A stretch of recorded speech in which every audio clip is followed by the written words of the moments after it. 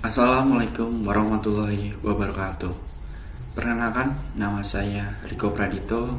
Saya kuliah di Universitas Maritim Raja Ali Haji dengan NIM 1701-2020-1018. Di sini saya akan membahas jurnal tentang pengaruh propagasi antena terhadap sinyal gelombang antena Yagi aluminium.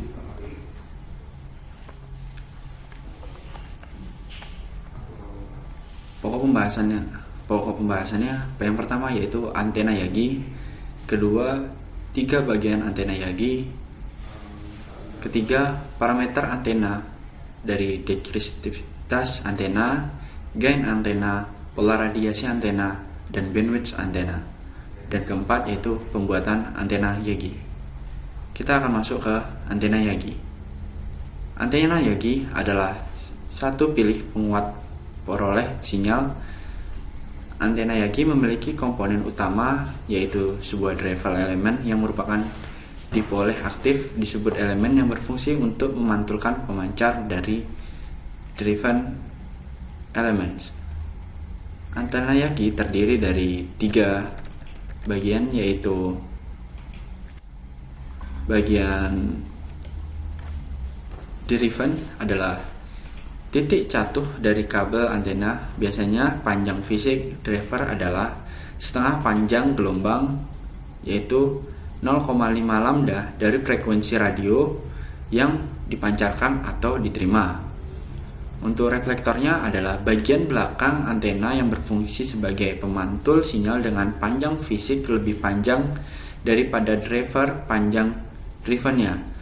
Biasanya adalah 0,55 lambda panjang gelombangnya. Dan yang ketiga itu adalah direktora,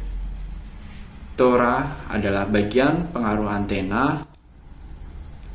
Ukurannya sedikit lebih pendek daripada driven. Penambahan batang direktoran menambah gain antena, namun akan membuat pola pengarah antena menjadi lebih sempit. Semakin banyak jumlah direktor, maka semakin sempit arahnya. Kemudian kita akan membahas tentang parameter antena. Yang pertama itu adalah directivity.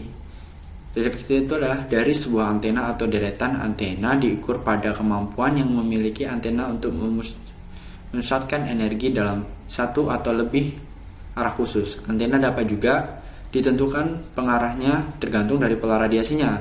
Dalam sebuah array propagasi akan diberikan jumlah energi gelombang radiasi.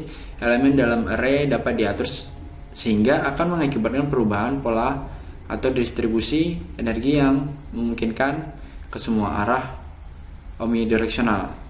Nah, di sini ada tipikal antenanya directivity. Yang pertama itu ada dipola antena yang bentuknya itu bulat ke atas dan ada lingkaran ke bawah, dan whip antena itu ke segala arah. Kalau Yagi udar array itu ke satu arah aja tapi agak lebar, dan parabola antena itu fokus ke satu tempat, satu arah. Kemudian kita akan masuk ke gain. Directivity gain adalah karakter antena yang terkait dengan kemampuan antena mengarahkan radiasi sinyalnya atau penerima sinyal dari arah tertentu. Gain bukanlah kuantitas yang dapat diukur dalam satu visi pada umumnya, seperti watt, ohm, atau lainnya. Di sini kita bisa lihat dari gambar ada antena. Jika dia berwarna biru, maka dia low sinyal 1 dBi, medium gain sinyal 3 dBi, dan dia di tengah itu adalah high gain sinyal 6 dBi. Kemudian kita akan lanjut ke pola radiasi antena. Atau pola antena didefinisikan sebagai fungsi matematika atau representasi grafik dari sifat radiasi antena sebagai fungsi dari koordinat. Pada sebagai besar kasus pola radiasi ditentukan di luasnya wilayah dan dipresentasikan sebagai fungsi koordinator direksional. Pola radiasi antena adalah plot 3 dimensi distribusi sinyal yang dipancarkan oleh sebuah antena, dan plot 3 dimensi tingkat penerimaan sinyal yang diterima oleh sebuah antena. Dan bandwidth adalah besaran sudut berkas pacaran gelombang berfrekuensi radio utama main lobe yang berhitung pada titik 3 dB menurut dari puncak. Di sini ada gambar.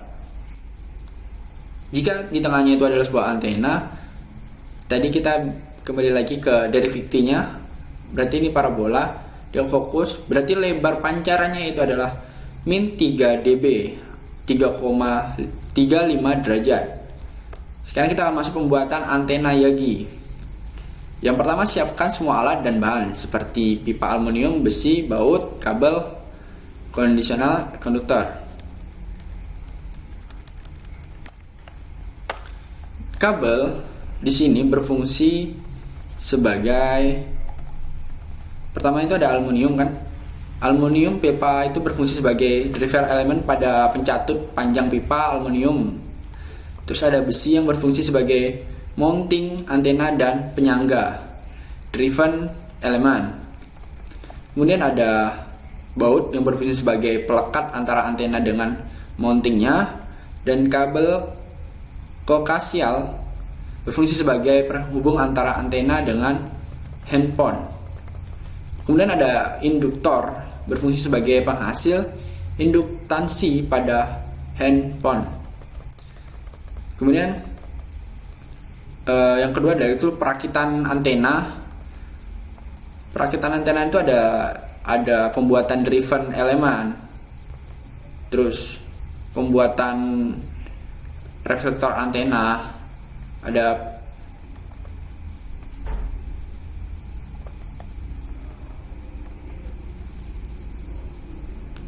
terus langkah kerja pembuatan driver ini yaitu potong semua dengan ukuran yang telah dihitungkan.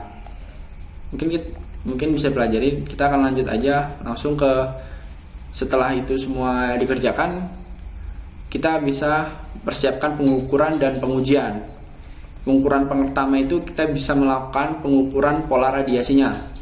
Sebelum melakukan pengukuran pola radiasi, hal-hal yang harus dilakukan adalah menanyakan kepada pihak provider verifikasi antena pemancar. Kemudian kita hitung semua, kita buat hasil pengukurannya. Sekian presentasi dari saya. Sekian, terima kasih. Wassalamualaikum warahmatullahi wabarakatuh.